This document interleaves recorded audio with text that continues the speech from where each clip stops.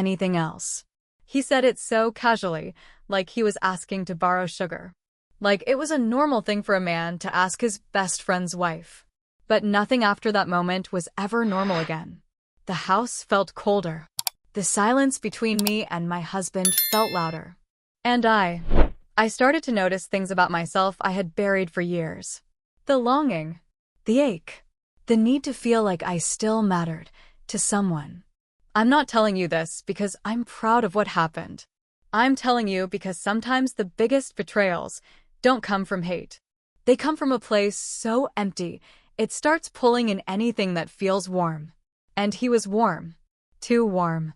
So, if you're here looking for a perfect love story, this isn't it. This is messy. This is real. This is what happens when hearts go hungry too long and boundaries blur in the shadows. Subscribe to Heartfelt Tales Unfold, where the hidden corners of the heart are revealed, one story at a time. Because you're not alone in your questions, your mistakes, or your search for something that feels like home again. Now come with me, because the part I'm about to tell you next, that's where everything truly began. My name is Clarissa. I've been married to Mark for 12 years. We have 2 kids, a dog, a house with a white fence and a porch swing that we never use anymore, and an unspoken silence between us that gets heavier with every passing year. Mark is a good man. He's never raised his voice. He pays the bills, mows the lawn, takes the kids to soccer when I'm too tired. But somewhere along the way, he stopped seeing me, stopped hearing me. It's not that he's mean. He's just busy, distracted. Always looking down at his phone, always too tired, too focused on the next project, the next meeting, the next goal. And me? I learned to stop asking. Stop expecting. Stop hoping. That's the part no one tells you about marriage. Sometimes it doesn't fall apart with shouting. Sometimes it falls apart in silence. Then there's Damien, Mark's best friend since college. The one who was always around, always laughing, always full of stories, always a little too smooth for his own good. I used to think of him as harmless, like a brother. Someone who fit into our life like an extra piece, helpful, familiar, safe. But lately, I've started to notice things. The way his eyes lingered when I walked into the room. The way he remembered small things I'd said in passing.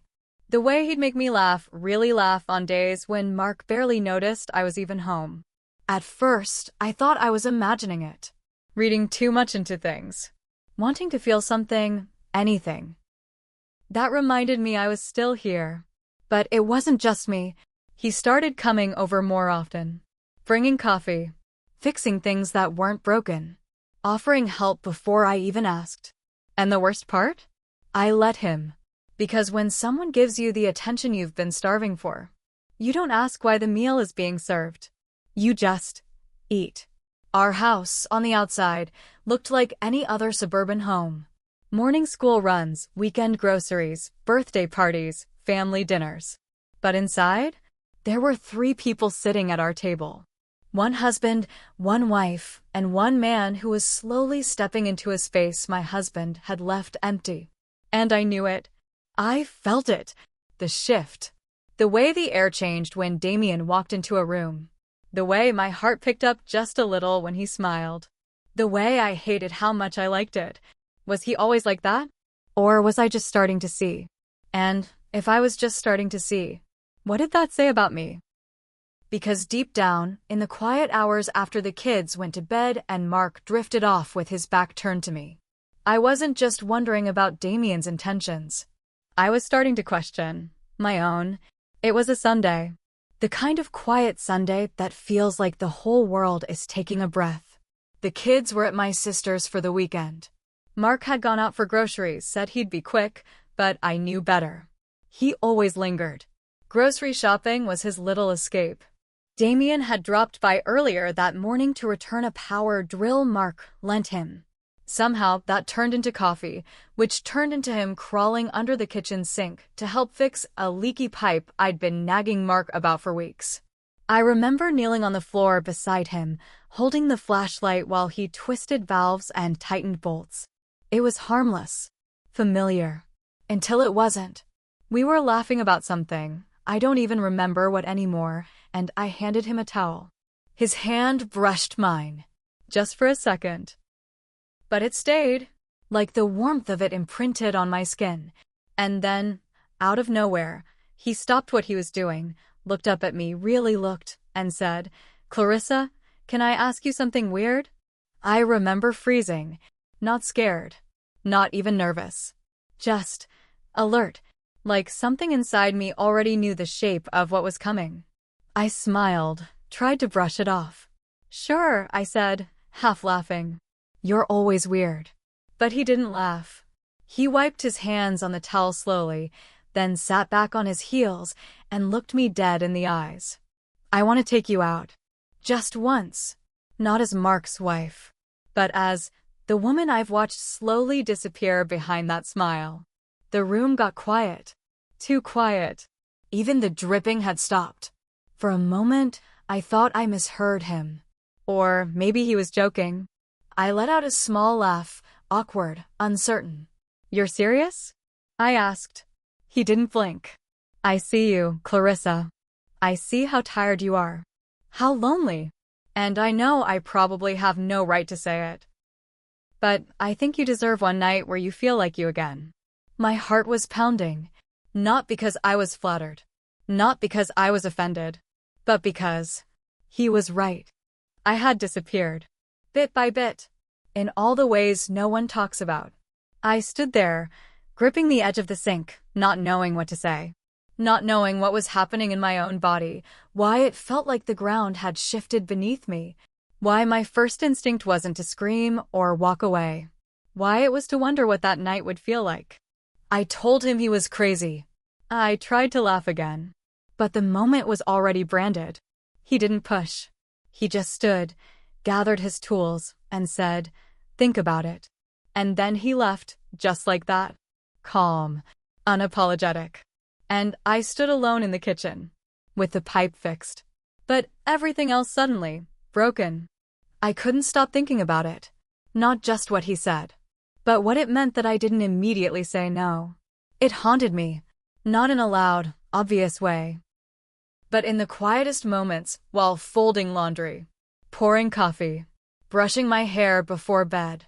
That question echoed like a soft knock on a door I hadn't realized was even there. Mark hadn't touched me in months. Not a kiss that lingered. Not a hand across my back. Not even a glance that felt like I mattered. He forgot our anniversary. Again. He came home with flowers the next day like it was some kind of fix-it button, but they were the wrong kind. I hate lilies. He knows that. Or maybe he used to. I stared at those flowers until they wilted in the vase. And I kept hearing Damien's voice. "I see you. I want to take you out, just once." I told myself it was just a question. A foolish, impulsive question that meant nothing. But if it meant nothing, why was my heart racing every time I thought about it? Why did my body feel warm remembering the way he looked at me, not just at me, into me? I hated myself for thinking about it. Hated that part of me craved that look. Craved being seen, being wanted, being chosen. When was the last time someone saw me like that? Saw the woman underneath the chores, the scheduling, the laundry, the quiet dinner tables? When did I become invisible in my own home? I kept trying to push it away. Tell myself it was harmless. That it was just one moment. One comment. But some doors, they don't close once they're cracked open. And this one? It was wide enough for the light to spill in. And I wasn't sure I wanted to shut it again. The next time Damien came over, everything felt different. He still smiled. Still joked. Still acted like the same man who used to show up with six-packs and stories. But something had shifted. The space between us was tighter. Charged. We didn't talk about it. Not directly. But every silence between us was heavier. Every glance lingered longer than it should have. I started noticing how close he stood. How his compliments felt just a little too personal. How my laugh around him sounded like someone I hadn't heard in years. And I noticed myself, too. I started changing. Not drastically. Just small things at first. I'd pick out a nicer blouse when I knew he was stopping by. I'd wear lipstick again, something I hadn't bothered with in months. I told myself it was for me. But it wasn't. Mark didn't seem to notice. Or maybe he did, and just didn't care. He still came home late. Still buried himself in emails and spreadsheets. Still kissed my forehead like I was a roommate instead of his wife. Damien started staying later. At first it was just one more drink or let me finish this movie with the kids. Then it turned into I'll help you clean up or you look like you could use someone to talk to. And I did. God, I did. One night, Mark left for a conference. For days in Dallas. He barely looked up when he told me. Just packed a bag, kissed the kids, and walked out the door. That same evening, Damien texted, "Don't cook. I'm bringing dinner. You deserve a night off." Part of me wanted to say no, to shut it down. But the truth is, I was already waiting. He showed up with takeout from my favorite Thai place. A bottle of wine. And that smile. We sat in the dining room, just the two of us. Candles flickered on the table. Soft jazz hummed from the speaker in the corner. I told myself it was dinner. Just dinner. But even I didn't believe that. We talked about everything and nothing. Our favorite movies, childhood memories, what we'd do differently if we could go back 10 years. He told me I hadn't lost myself. That I was still in there. That maybe I just needed someone to remind me. At one point, he reached across the table and touched my hand. Not a grab. Not a pull. Just a touch. And I didn't move. I didn't pull away. I looked at his hand on mine. And all I could think about was how long it had been since someone reached for me without needing something. We cleared the table. He offered to help with the dishes. I told him it was fine. But he stayed, and the silence that followed wasn't empty. It was waiting. We didn't plan it. But maybe we didn't stop it either.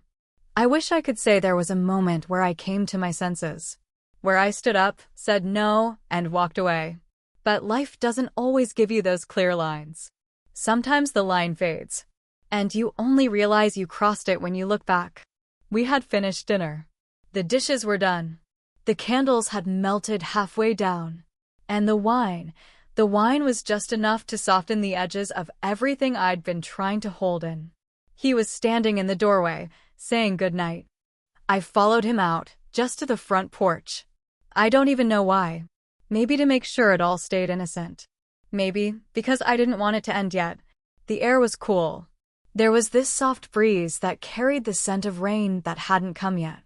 And then he turned to me. He didn't say a word. Just looked at me, really looked at me. Not like I was someone's wife. Not like I was off limits. But like I was a woman, standing in front of him. Wanting to be touched. And he leaned in. Slow. Like he was giving me time to pull away. Giving me one last out. But I didn't take it. I didn't move. I didn't speak. I just let him. He kissed me. And I kissed him back. It wasn't wild or rushed. It was slow. Intentional. Painfully gentle. Like we both knew what we were doing was wrong, but also that it had already begun long before this moment. I remember the silence after. How loud it felt. How heavy. It wasn't regret. It was something worse. Realization. I had done it. I'd crossed a line. Not just with Damien, but with myself. With the version of me that still believed I'd never go there. With the woman who held on to boundaries like lifelines. With the wife who used to feel righteous in her loneliness. I'd betrayed her. And I knew. I couldn't go back. He stepped back. Ran a hand through his hair like he was trying to process it too. Neither of us said anything. He didn't apologize. I didn't ask him to. He walked to his car. I stood in the doorway. And I watched him drive away. With my heartbeat still tangled in the space between us. If this story pulls at something inside you, subscribe to Heartfelt Tales Unfold. Because what happens next will leave you speechless. Damien left before sunrise. No goodbyes. No words. Just the soft click of the door. And silence. A silence that didn't feel empty. It felt like a weight pressing against every corner of the house. It stayed with me through the morning light, the sound of the coffee brewing, the kids waking up. But nothing felt normal anymore. I went through the motions. Packed lunches, folded clothes, answered emails, all while pretending I wasn't breaking apart from the inside out. And then Mark came home. He hugged the kids, dropped his suitcase by the door, kissed me on the cheek, and told me about the conference. He talked, and I nodded in all the right places. But something in his eyes shifted when he looked at me. Just for a second. It was like he saw it, that something in me had shifted too. Maybe he couldn't name it. But I felt it. That evening, he sat next to me on the couch. His arm brushed mine. I flinched. Just slightly. He noticed. I saw it in the way his mouth paused mid-sentence. He didn't say anything, but I knew he felt it too. That invisible wall between us had grown taller. Later, he asked if I was okay. Softly, almost gently.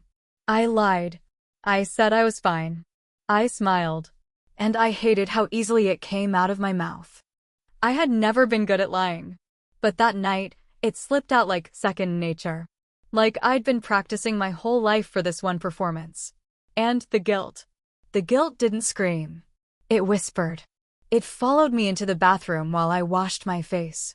It curled up beside me in bed. It echoed in the silence every time Damien's name wasn't mentioned. Because after that night, he stopped coming around. No more weekend visits. No more surprise coffees. No more casual texts.